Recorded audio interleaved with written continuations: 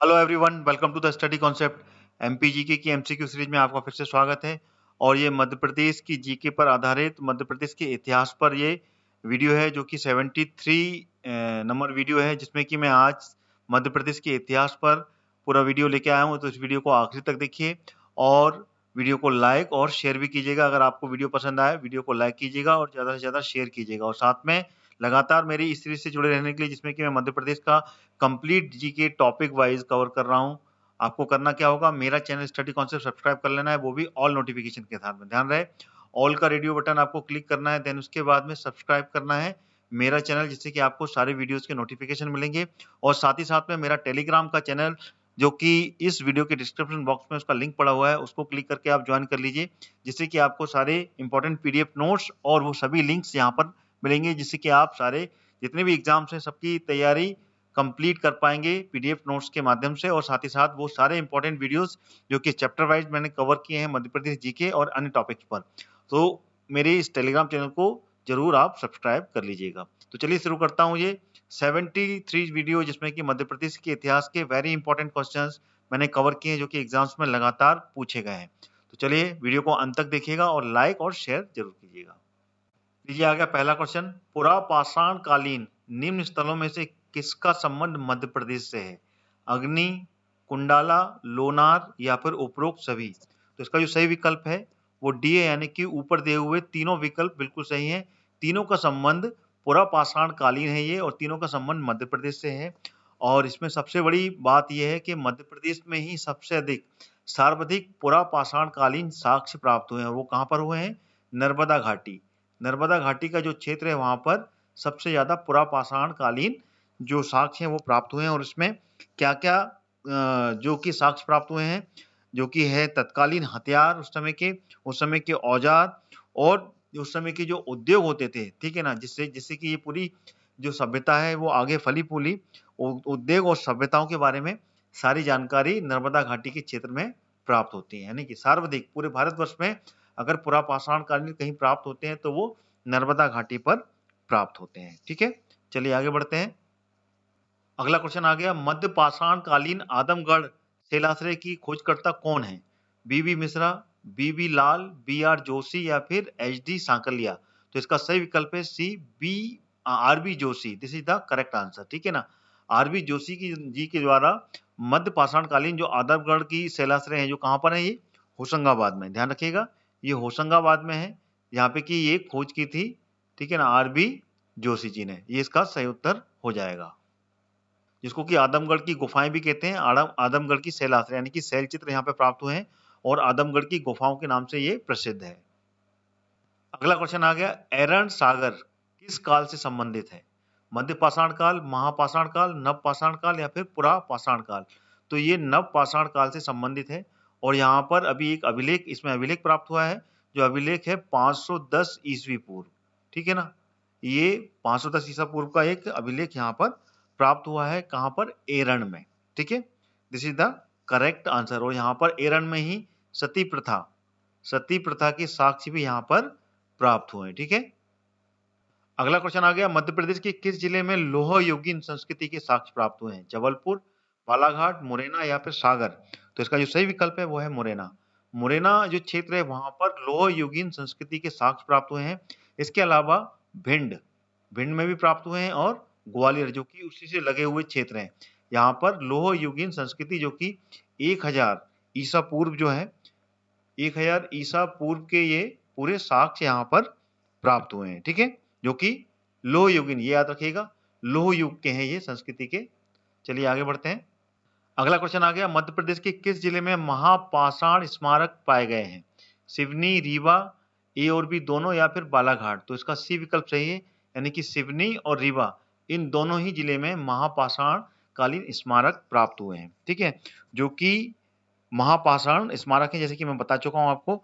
और इस स्मारक में लौह सामग्री, याद रखिएगा, लौह धातु का उपयोग बहुत ज्यादा किया गया। ठीक है, लौह सामग्री का इसमें उपयोग किया गया इन स्मारकों को बनाने का। ठीक है, चलिए, तो this is the correct answer.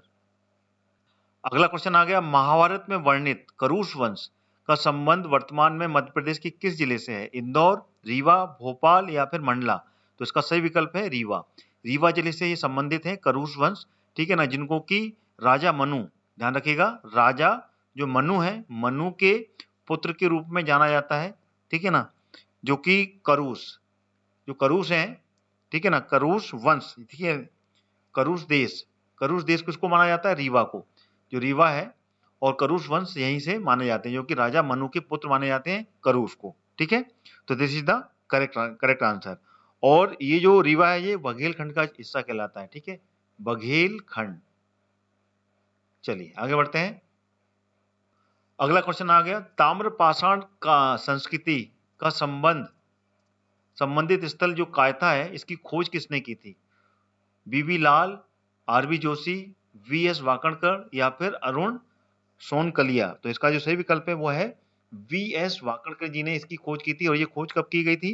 ये की गई थी 1964 में, ठीक है ना, इन्होंने खोज की थी। और ये बिल्कुल कहां पर है?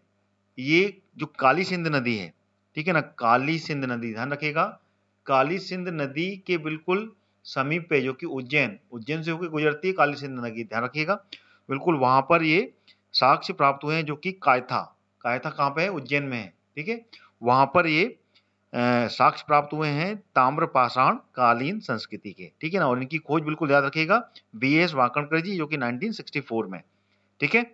चलिए आगे बढ़ते हैं। अगला क्वेश्चन आ गया, मध्य प्रदेश के खंडवा जिले का प्राचीन नाम क्या था? टुंडीकर, मानधाता, अनूप या फिर त्रिपुरी? तो इसका सही विकल्प है मानधाता। मानधाता था खंडवा का प्राचीन नाम।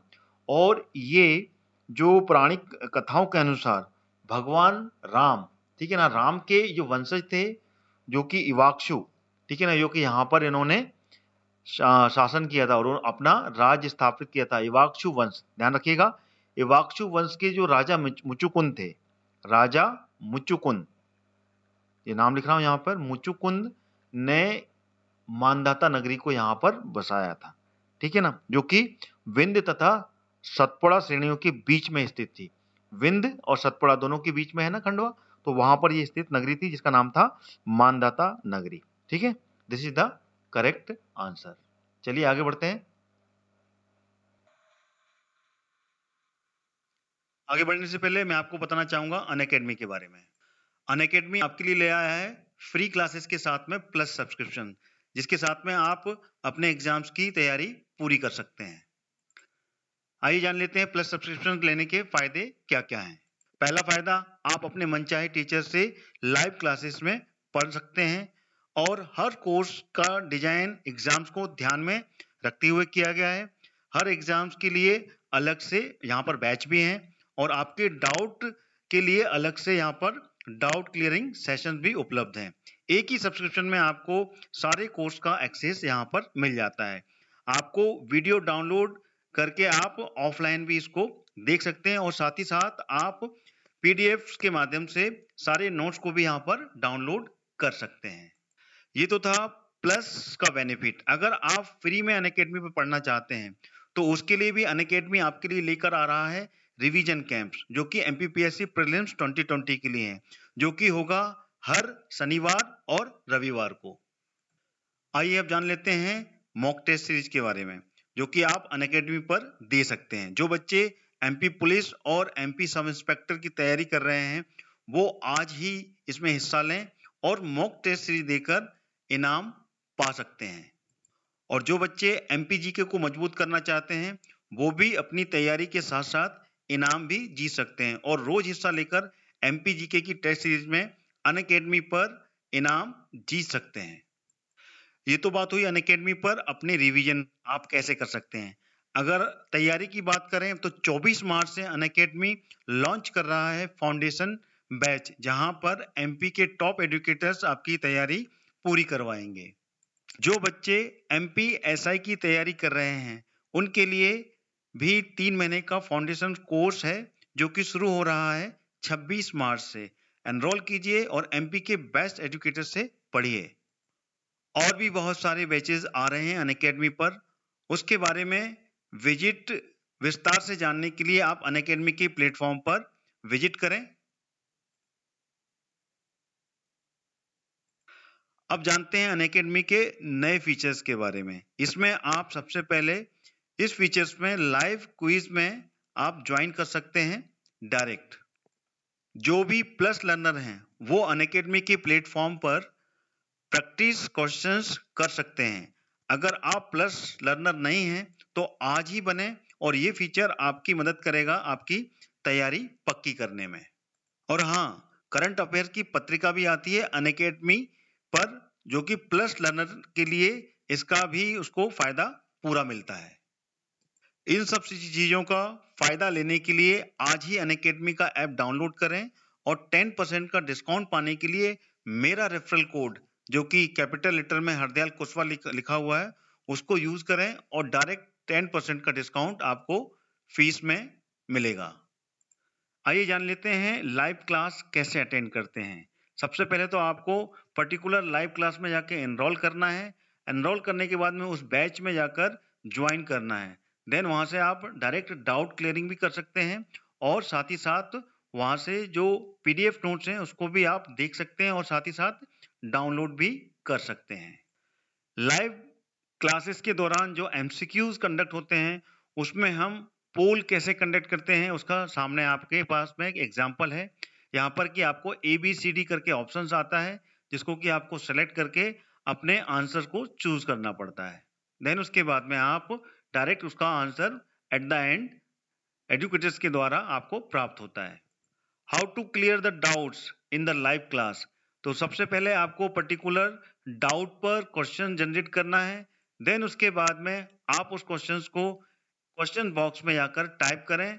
देन पर्टिकुलर इमेज को टाइप करने के बाद में अटैच करने के बाद में आप उस पर्टिकुलर एजुकेटर्स को आप सेंड कर सकते हैं। अनअकैडमी पर डेडिकेटेड डाउट क्लियरिंग सेशंस भी चलते हैं जिसमें कि आप ज्वाइन होकर पर्टिकुलर डाउट क्लियरिंग सेशंस को अटेंड करके अपने सारे डाउट्स क्लियर कर सकते हैं। अनअकैडमी मेगा और वीकली क्विज कंडक्ट कराता है और उसको अटेंड करने के लिए पर्टिकुलर क्विज पे जाएं। देन उसके बाद में आप उसको पार्टिसिपेट कर सकते हैं। तो जल्दी ही डाउनलोड कीजिए अनअकैडमी का ऐप और तैयार हो जाइए एमपीपीएससी व्यापम्स के सारे एग्जाम्स को क्रैक करने के लिए। Let's crack it.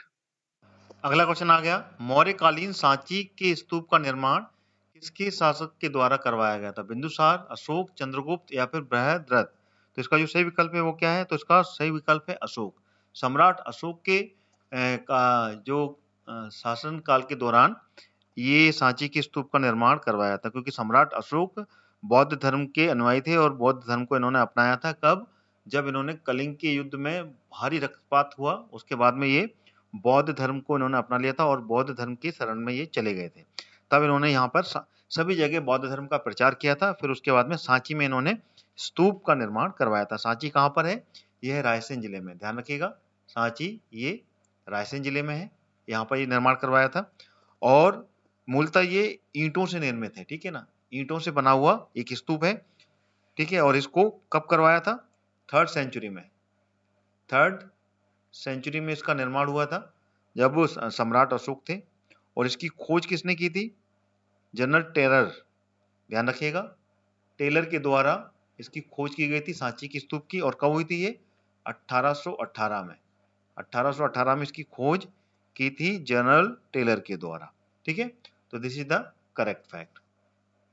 अगला क्वेश्चन आ गया, राजा बनने से पूर्व अशोक किस प्रांत का राज्यपाल था? अवंती, निमाड़, सांची या फिर विदिशा?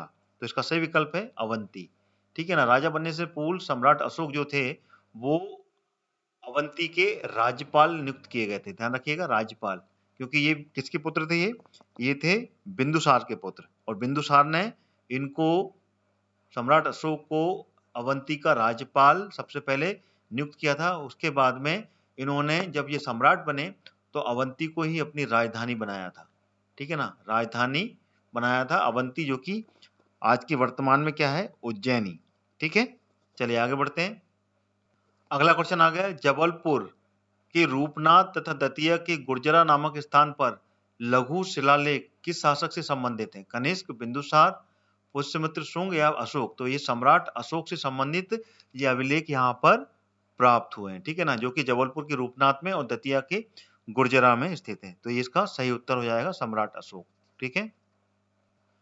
अगला क्वेश्चन आ गया, यूनानी राजदूत हेलोडोरियस के किस शुंग शासक के शासन काल में भारत आया था?